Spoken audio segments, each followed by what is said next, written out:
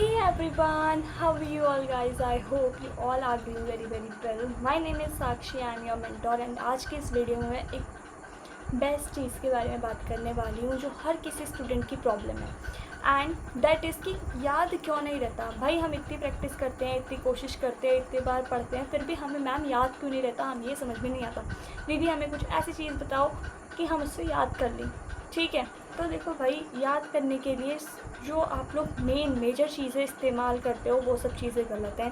मैं सबसे पहले आपकी गलतियाँ बताती हूँ, आप कहाँ पे गलतियाँ करते हो, उसके बाद मैं आपको बताती हूँ कि आप लोग कैसे किसी भी चीज़ को लर्न कर सकते हो। डन, तो स्टार्ट करते हैं वीडियो को।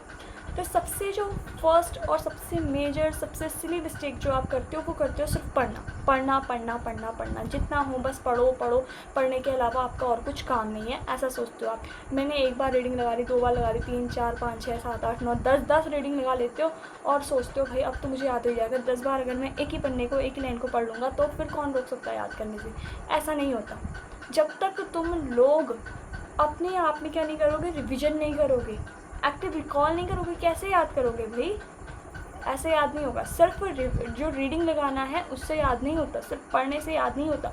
पढ़ने के साथ साथ ये समझना होता है कि वो कॉन्सेप्ट किस चीज़ के ऊपर बेस्ड है। पढ़ने के साथ साथ ये देखना होता है कि भाई यहाँ पर से क्वेश्चन कैसे बन सकते हैं। पढ़ने के साथ साथ देखना होता है भाई अगर हम पढ़ रहे हैं तो अगर हमसे सामने से एक छोटा सा बच्चा भी कुछ पूछे ना तो हम उसका आंसर कर सकें कि भाई दादा आप या दीदी आपने ये सब चीज़ें पढ़ी, भैया या दीदी आपने ये सब चीज़ें पढ़ी है। जैसे आपने पढ़ा मोल कॉन्सेप्ट, तो दीदी अब आपने मोल कॉन्सेप्ट का पूरा तो पढ़ लिया बट आपको ये नहीं पता कि मोल क्या होता है। कोई भी छोटा बच्चा आपसे पूछेगा दीदी आप मोल कॉन्सेप्ट पढ़ रहे हो ना, तो इसमें मोल क्या होता है। अब आप उसकी डेफिनेशन भी बता दोगे, सब चीज़ कर लोगे, लेकिन उसमें से भी अगर छोटा बच्चा कोई क्वेश्चन निकाल लेगा तो तब क्या करोगे भाई? बेइज्जती हो जाएगी ना।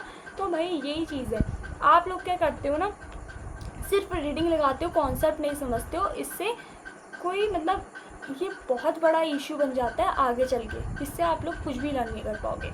सेकेंड थिंग, रिवीजन नहीं करते। मैंने आपको कितनी सारी ट्रिक्स बता रखी हैं कि भाई तुम लोग ऐसे रिवीजन करो, बट नहीं, आप लोग रिवीजन करते ही नहीं हो। रिवीजन करने से आपका कुछ वास्ता ही नहीं है। मैंने आपसे कह रखा है पहले 1 दिन रिवीजन करो, फिर 3 दिन रिवीजन करो, 5 दिन रिवीजन करो, 7 दिन रिवीजन करो, 15 दिन में रिवीजन करो, फिर उसके बाद 1 महीने में रिवीजन करो। कैसे आपकी लॉन्ग टर्म मेमोरी में वो चीज़ सेव नहीं होती है? मैं देखती हूँ ना, करते ही नहीं हो भाई। जब तक तुम अपना एफर्ट नहीं दोगे, सेक्रीफाइस नहीं करोगे, तब तक तुम्हें कैसे कोई भी चीज़ लर्न होगी।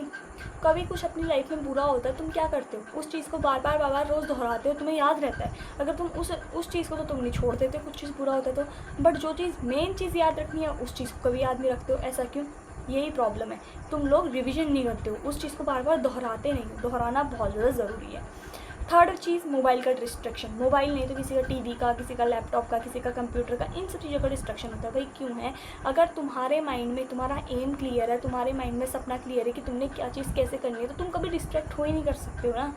भाई मेरे साथ बहुत प्रॉब्लम होती थी 10th तक। मैं सच बताऊँ, मेरी 10th में अच्छी परसेंटेज नहीं आई है। इसका सबसे बड़ा कारण मोबाइल को भी मानती हूँ, क्योंकि मैं मोबाइल से ज़्यादा पढ़ती थी, जिससे कि मैं थोड़ी देर में डिस्ट्रैक्ट हो जाती थी। या तो मेरा माइंड थक जाता था या फिर मेरे को नींद आने लगती थी मोबाइल से पढ़ के। लेकिन कुछ स्टूडेंट्स का ऐसे होता है कि वो शॉर्ट्स रील में भी स्क्रॉल करने लग जाते हैं। मैं भले ऐसी नहीं थी, बट मेरे को थोड़ा सा फटिगनेस जो थी उसका इश्यू हो जाता था। तो भाई मोबाइल एक डिस्ट्रैक्शन है, आप लोग उसको किसी भी तरीके से लो, है ना। तो मोबाइल से भी एक लिमिट, अगर आपने लेक्चर्स भी लेने ना ऑनलाइन तो भी एक लिमिट से लोगे। आपने कभी देखा है जो ऑनलाइन बैचेस होते हैं उसमें भी एक लिमिट से लेक्चर होते हैं, 1-2 घंटे के लेक्चर होते हैं, बाकी नहीं होते। क्यों? वो आपको समझाते हैं। मोबाइल का डिस्ट्रैक्शन नहीं होना चाहिए। फोर्थ है, एक्टिव रिकॉल नहीं करना। आप लोग एक्टिव रिकॉल नहीं करते हो, बार बार क्वेश्चन के थ्रू नहीं समझते हो किसी भी चीज़ को। एक्टिव रिकॉल करना चाहिए। जैसे एक पैराग्राफ पढ़ लिया, बुक बंद करी, अब उसको वापस से दोहराओ। एक पैराग्राफ पढ़ लिया, बुक बंद करी, अब जो 2 पैराग्राफ पढ़ लिए हैं उनको वापस से दोहराओ। इस तरीके से एक्टिव रिकॉल करो ताकि आपका माइंड जो है थके नहीं और समय समय पर सारी चीज़ें आपकी लॉन्ग टर्म मेमोरी में सेव हो जाए। ये तो सब तो भाई आपकी प्रॉब्लम क्या, सिर्फ पढ़ते रहते हो, रिवीजन नहीं करते। सेकंड प्रॉब्लम, रिवीजन तो तुमने कभी किया ही नहीं, जो करना पड़ेगा तुम्हें। थर्ड प्रॉब्लम थी आपकी फ़ोन डिस्ट्रैक्शन। फ़ोन को डिस्ट्रैक्शन नहीं बनाना है, फ़ोन को फ्रेंड बनाना है, ना कि फो बनाना है। ठीक है। फोर्थ थी आपकी, एक्टिव रिकॉल नहीं करते हो तुम लोग। तो इन चारों चीज़ों को तो करो। अब मैं इसका सॉल्यूशन देती हूँ। जब आप पढ़ने के बाद उसको एक्टिव रिकॉल करो। जैसे आपने पढ़ा, कोई भी पैराग्राफ पढ़ा, उसको एक्टिव रिकॉल किया कि उससे क्वेश्चन कैसे बन सकते हैं, उसको एक टीचर की तरह समझाया, देन उसको रिवाइज करा और लास्ट में खुद का टेस्ट लिया। इस तरीके से आप लोग किसी भी चीज़ को बहुत ईजीली लर्न कर सकते हो।